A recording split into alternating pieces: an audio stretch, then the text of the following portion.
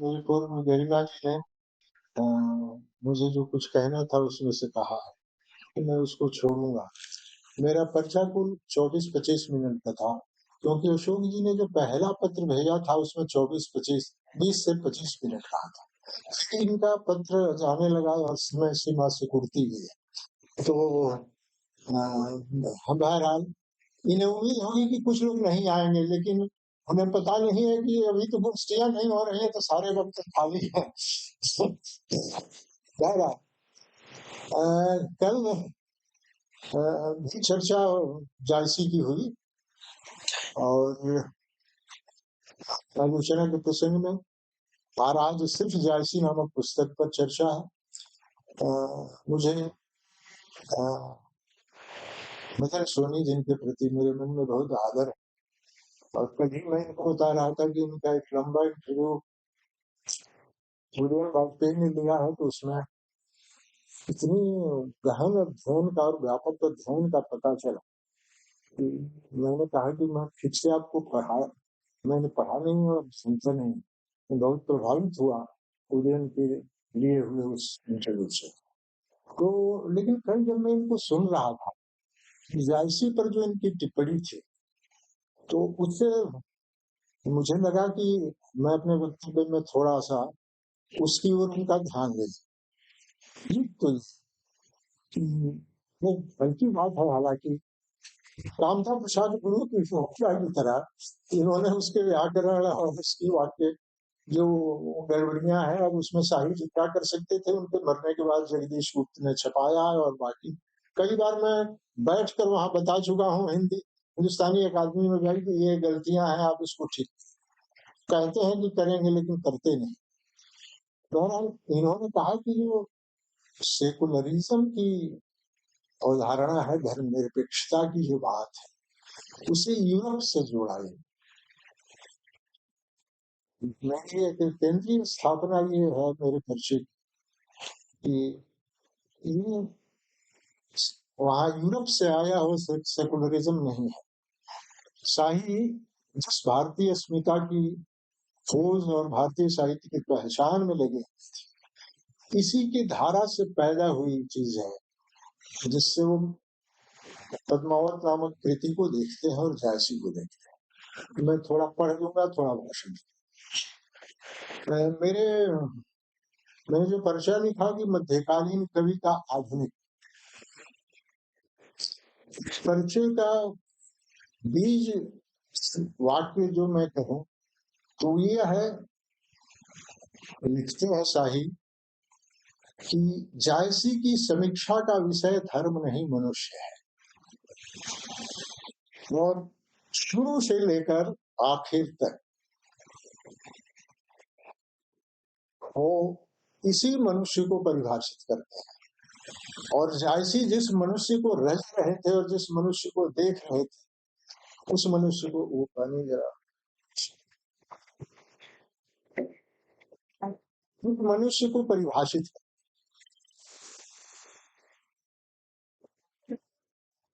अखिलेश जी ने कहा कि जो सूची आलोचकों की है उसमें वो आते नहीं। मैं थोड़ी चर्चा उस पर करूंगा। क्यों नहीं आते हैं? एक तो उसका कारण सांप्रदायिक है। सांप्रदायिक माने ये जो लेखकों के जो संप्रदाय बने हुए हैं और विश्वविद्यालयों पर कुछ जो संप्रदायों का कब्जा रहा है, तो वो बन गया रामचंद्र शुक्ल, हजारी प्रसाद त्रिवेदी, रामविलास शर्मा, नामोर्सी और बाकी अब सारे जो नलिनी विलोचन शर्मा, विजय देव नारायण शाही, आदि आनंद दुलारी वाजपेयी, ये सब बाहर है। तो ये आप सही कह रहे थे, कारण उसका वही है, संप्रदाय। मेरी नजर में जैसे ये पुस्तक जो है वो आपके सामने में रहे। नई कविता के कवि आलोचक विजय देव नारायण शाही की जायसी नामक पुस्तक उनकी सबसे अधिक लोकप्रिय रचना। इसका कारण है जायसी को नए ढंग से पढ़ने की वह दृष्टि जो आचार्य शुक्ल आदि से टकराते हुए आलोचना का भिन्न धरातल निर्मित करती है। रूढ़ हो चुके जायसी संबंधी विमर्श को यह कृति बदलने और नया अर्थ देने में सफल होती है। आज अकादमिक दुनिया का कोई छात्र अध्यापक शाही की इस कृति से गुजरे बिना जायसी संबंधी अपनी समझ को अद्यतन नहीं मानते। ये देश के विश्वविद्यालयों की स्थिति है। जायसी जो शिक्षक पढ़ाता है वो रामचंद्र शुक्ल के बाद विजय देवनारायण शाही। विजय देवनारायण शाही का कोई लेख विश्वविद्यालयों में नहीं था। ये तो हम और अपूर्वानंद विनोद तिवारी वगैरह आए थे। पर्चा हम लोगों ने बनाया, एक पेपर रचनात्मक आलोचना का, जिसमें अगे और मुक्तिबोध और शाही आदि लोचन शर्मा ये लोग उसके पहले नहीं था। लेकिन ये अब ये कृति ऐसी है जो विश्वविद्यालय में हर शिक्षक, जायसी पढ़ाने वाले हर शिक्षक पढ़नी ही है, क्योंकि छात्रों की मांग होती है। सर उसकी चर्चा नहीं। ये एकात्मिक दुनिया का कोई छात्र अध्यापक शाही की इस कृति से गुजरे बिना जायसी संबंधी अपनी समझ वेतन नहीं मानता। किसी भी आलोचक की यह एक बड़ी उपलब्धि है। इसे जायसी संबंधी चिंतन का पैराडाइम शिफ्ट कहा जा सकता। रामचंद्र शुक्ल की स्थापना के साथ जो हिंदी दुनिया अटकी हुई थी, आधुनिक दुनिया, उसको बदल कर रख दिया विजय देवनारायण शाही। नई कविता के किसी आलोचक के पास रचनात्मक आलोचना की जायसी सरीखी पुस्तक नहीं। शाही का झांसी जैसे मध्यकालीन कवि को आधुनिक जमीन पर खड़ा करने का यह प्रयास इतना रचनात्मक और नया है कि जायसी पढ़ने पढ़ाने वाले किसी भी अध्येता के लिए एक जरूरी संदर्भ है। रामचंद्र शुक्ल के बाद जायसी पर बहुत कुछ लिखा गया, दर्जनों शोध हुए, आलोचना की पुस्तकें आई, लेकिन शुक्ल जी के बाद जायसी की आलोचना की जो जरूरी पुस्तक बनी वह शाही की जायसी ही है। एक मध्यकालीन कवि की सर्जनात्मक प्रतिभा प्रकाशित करने वाली यह कृति रचनात्मक आलोचना का श्रेष्ठ उदाहरण बनती है। इसके लिए शाही वर्षों तक जायसी में बने रहे, जो कहा गरिमा जी अपने एक इंटरव्यू में भी कहते हैं कि कई वर्षों तक मैं जायसी ही मेरे दिमाग में घूमते रहे। अरविंद त्रिपाठी ने वो इंटरव्यू लिया, उसमें कहा मैं कई वर्षों तक उसी में खोया। जायसी मानते थे कि अच्छे साहित्य के आस्वादन के लिए विचारधारा से सहमत होना जरूरी है। इस मान्यता के आधार पर वे जायसी के व्यक्तित्व पर सूफी मत की पड़ी हुई चादर हटाते हैं और उन्हें हिंदी का पहला विधिवत कवि घोषित करते हैं। शाही का सारा आलोचनात्मक प्रयत्न जायसी की सर्जनात्मक प्रतिभा की खोज है। वे उन्हें सूफी नहीं कवि मानते हैं। जायसी मध्यकालीन कविता में संभवतः अकेले कवि हैं जो अपने को कवि घोषित करते हैं। मोहम्मद कवि जो प्रेम का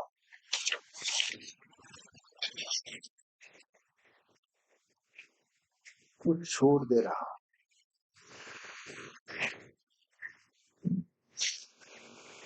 आधा जोर शाही ने इस बात पर लगाया है इस पुस्तक में कि जायसी सूफी नहीं थे और अंतःसाक्ष्य और बाह्य साक्ष्य दोनों से उन्होंने सिद्ध किया है कि वो सूफी नहीं थे। वो एक सामान्य मनुष्य थे और सामान्य मनुष्य की चिंता ही उनकी कविता के केंद्र में है। सूफी नहीं थे।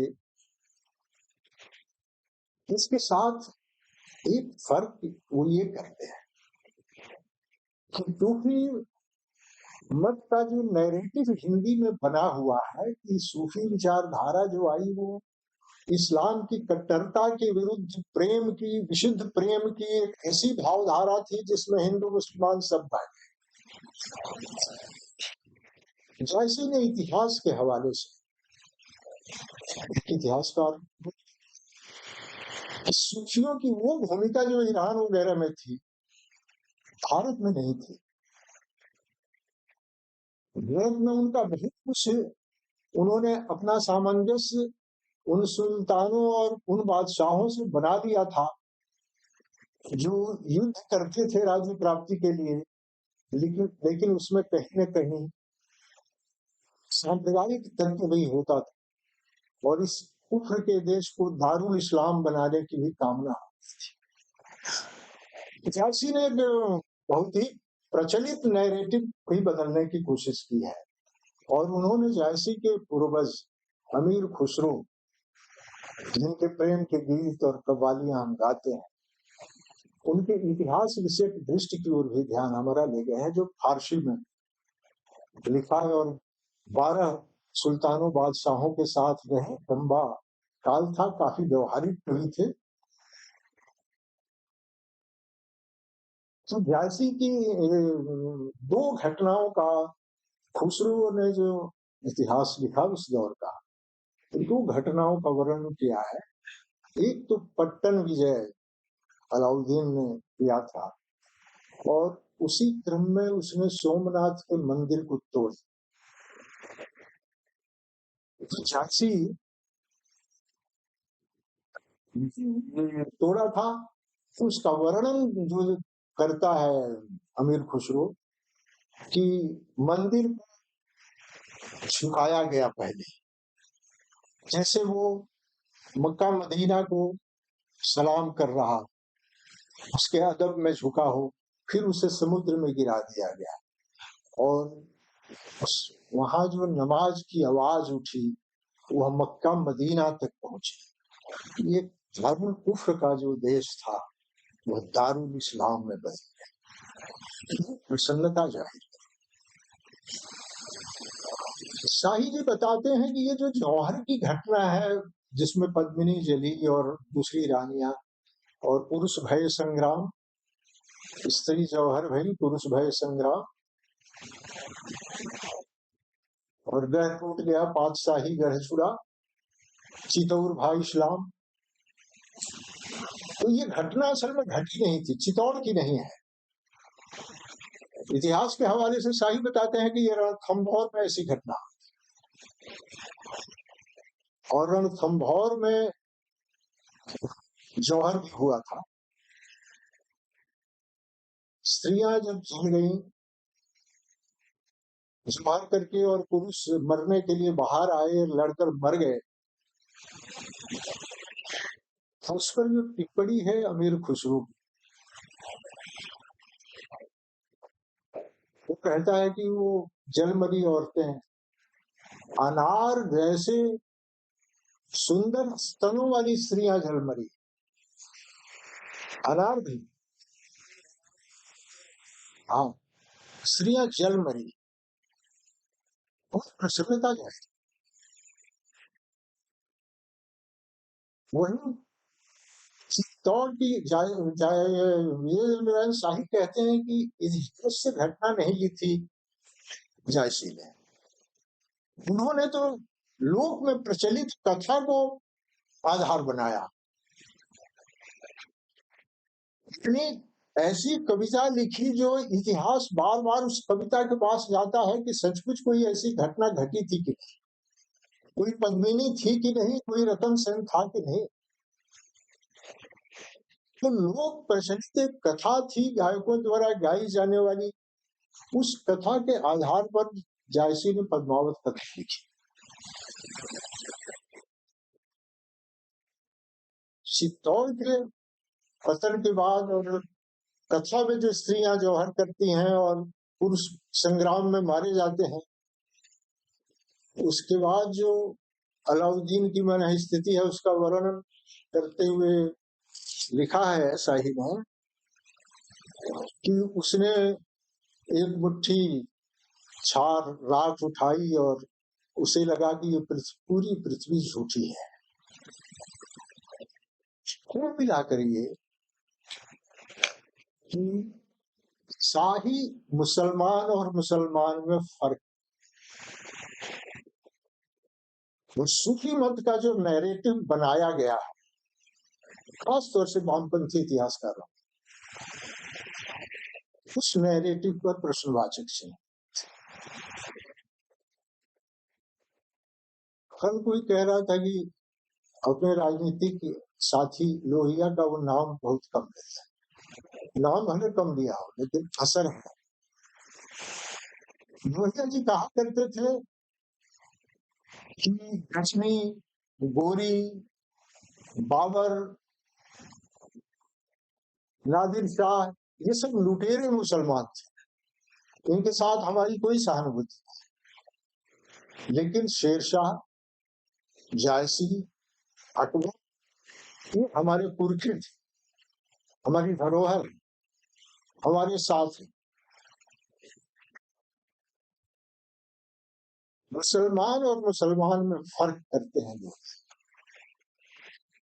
मुसलमान और मुसलमान फर्क करते हैं विजय देवनारायण साईं। अब जो सूफी मत का विश्लेषण करते हैं, जो सूफी भावधारा थी यहाँ, वो कैसे सुल्तानों से तालमेल कदम ताल करते हुए चल रही थी, यहाँ उसका कोई बहुत क्रांतिकारी रूप नहीं था, इस पर उनका जोर है। और ये जो पद्मावत की रचना हो, इस पद्मावत की रचना के पीछे जो हिंदू मुसलमान सहज रूप से मिलजुल रहे थे, उसके प्रतिनिधि कवि के रूप में वो जायसी को पेश। अगर विजय देव नारायण शाही जायसी में जिस धर्मनिरपेक्ष और पंथ निरपेक्ष भाव को देखते हैं, उसे यूरोप के सेकुलरिज्म से जोड़ा जाएगा मदन जी, तो मुझे लगता है कि दिक्कत होगी। और हम भारत की जो भावधारा है, मध्यकालीन साहित्य की जो भावधारा है, उसे हम ठीक ठीक समझ नहीं।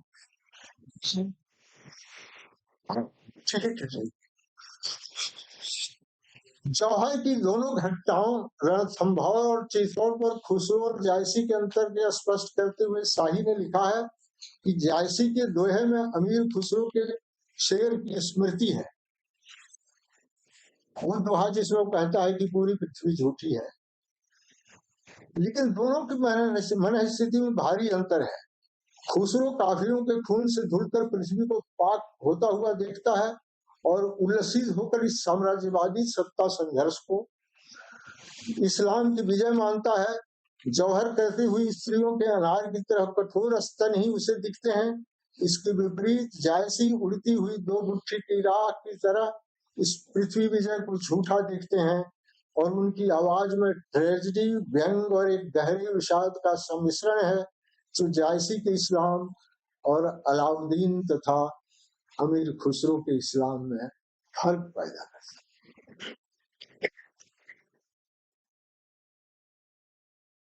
सही मुसलमान और मुसलमान में जो फर्क करते हैं, वो मैंने बताया वो किस तरह से लोहिया के उस चिंतन से जुड़ा।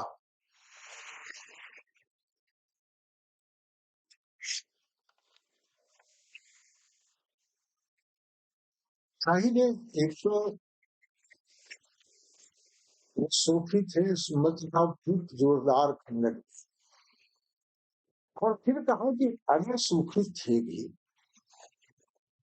मान लीजिए कि बहुत सारे हम लोगों में से जो ईश्वर को और पूजा पाठ को नहीं कहते फिर भी हिंदू है, तो मुझे लगता है कि वो सूफी वैसे ही थे जैसे निराला का बिलेसुर बकरिया है, ब्राह्मण है, लेकिन उसका कर्म ब्राह्मणों से नहीं।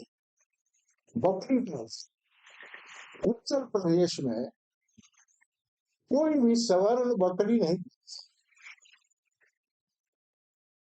ब्राह्मण को पालने का सवाल ही नहीं, वो पुजारी ब्राह्मण। तो ये जायसी उसी टाइप के बेसुर बकरिया टाइप के पुजारी सूफी है, जो उस मार्ग पर नहीं चलते हैं, तोड़ते हैं और उससे मुक्त होकर एक नया रास्ता बनाते हैं। दूसरा की जो तवस्सुफ की चादर इन्होंने बताया, रहस्य की जो चादर है, उसे भी शाही हटाता।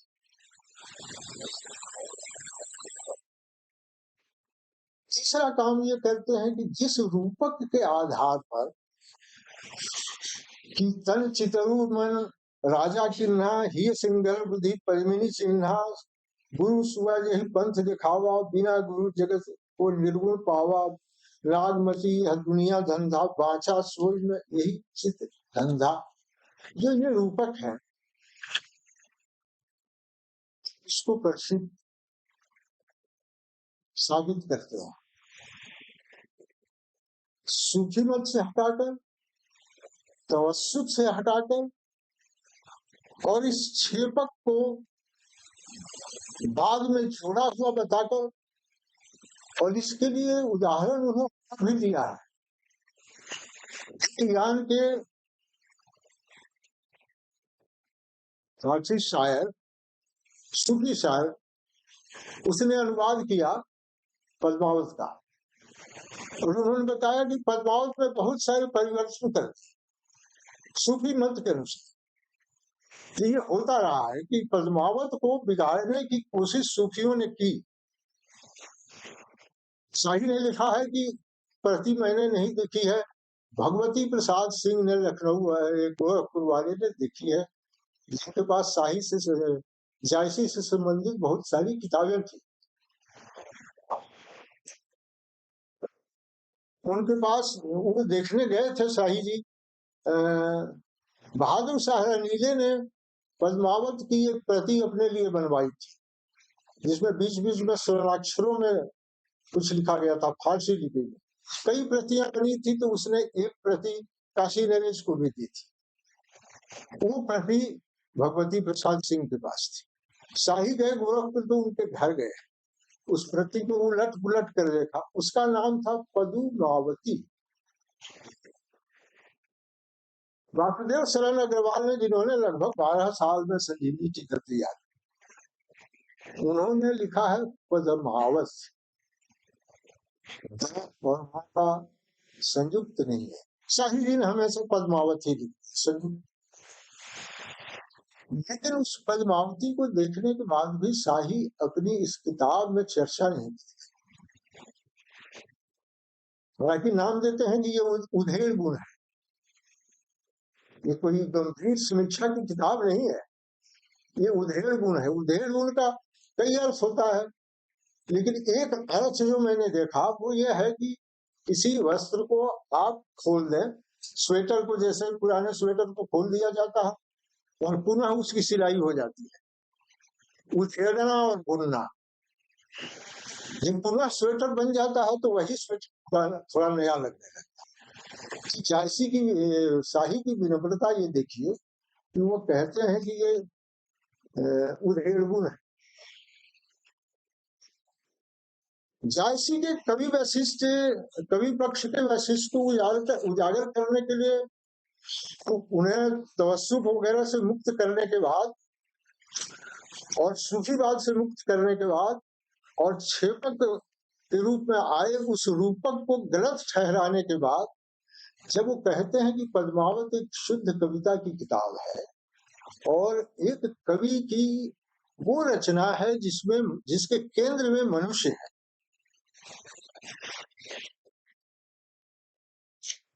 सूफीवाद छेपक के रूप में आए उस रूपक और तवस्सुफ की जो चादर जायसी के कवि व्यक्तित्व को ढके हुए है, उसे हटाकर वे जायसी को निखालिस कविता की जमीन पर खड़ा करते हैं।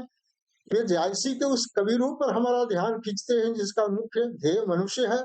जायसी का प्रस्थान बिंदु न ईश्वर है न कोई नया अध्यात्म, उनकी चिंता का मुख्य ध्येय मनुष्य है। मनुष्य जैसा कि सामान्य जिंदगी में उठता बैठता है, सीखता है, प्रेम करता है, गृहस्थी चलाता है, युद्ध में वीरता या कायरता दिखलाता है, राज्य स्थापित करता है, छल कपट बेईमानी कमीनापन करता है, इस सबके बाद अपनी गहरी अपर्याप्तता की गहरी त्रासदी से ग्रस्त हो जाता है। अपनी मूल प्रकृति में पद्मावत एक त्रासदी है। बस दो मिनट। जायसी ने पद्मावत को कहा है कि ये भले, शाही ने कि जायसी भले हुए हों 16वीं शताब्दी में, कभी वे आधुनिक समय के हैं, और कभी आधुनिक समय के हैं यानी 20वीं शताब्दी। इसके लिए उन्होंने कहा कि वो आत्म सजग, जहां उन्हें अपने कवि होने का भरोसा है, और आधुनिक इसलिए भी कहा है कि उनकी कविता के केंद्र में मनुष्य है। मध्यकालीन कविता के केंद्र में मनुष्य नहीं है, आस्था है, ईश्वर के प्रति आस्था, राजा के प्रति आस्था, नायिकाओं की बनी बनाई जो तस्वीरें हैं, ढांचा है, उसमें आस्था, जीर्णोदात्त नायकों में आस्था। ये मनुष्य पहली बार 16वीं शताब्दी के कवि के केंद्र में आता, रचना के केंद्र में। इस मनुष्य को प्रतिष्ठित करने के कारण जायसी, इसीलिए तो हम आधुनिक काल कहते हैं कि भारत हिंदू काल से आधुनिक काल शुरू होता है। क्यों होता है? क्योंकि ईश्वर वगैरह हट जाते हैं, मनुष्य की समस्याएं आ जाती। आधुनिक काल मनुष्य की समस्या पद्मावत में भी है और जायसी में भी है। मेरा निवेदन यह है, इस कृति के माध्यम से महत्वपूर्ण ये नहीं है कि किसने कितनी किताबें लिखी, किस आलोचक, महत्वपूर्ण है कि उसने कौन सी स्थापना। जायसी नामक पुस्तक के जरिए विजय देव नारायण शाही ने हिंदी साहित्य के इतिहास का जो क्रम है, जो शुक्ल जी ने बनाया, वही क्रम लगभग अब तक चल रहा है, थोड़ा बहुत हेर फेर करने के बावजूद। उस क्रम पर एक प्रश्न चिन्ह लगाते हैं, और वो प्रश्न चिन्ह ये है कि जब जायसी आधुनिक कवि हैं, तो संप्रदायों में बटा हुआ जो मध्य काल है, ये आधुनिकता वहां तक जाती है। और इस रूप में आलोचक के रूप में शाही एक बड़ा हस्तक्षेप करते हैं कि वो हिंदी साहित्य के इतिहास के क्रम को बदलते हैं, ऑर्डर को एक नया ऑर्डर देने की कोशिश करते हैं, जो क्रम बना। मेरी मूल बात है।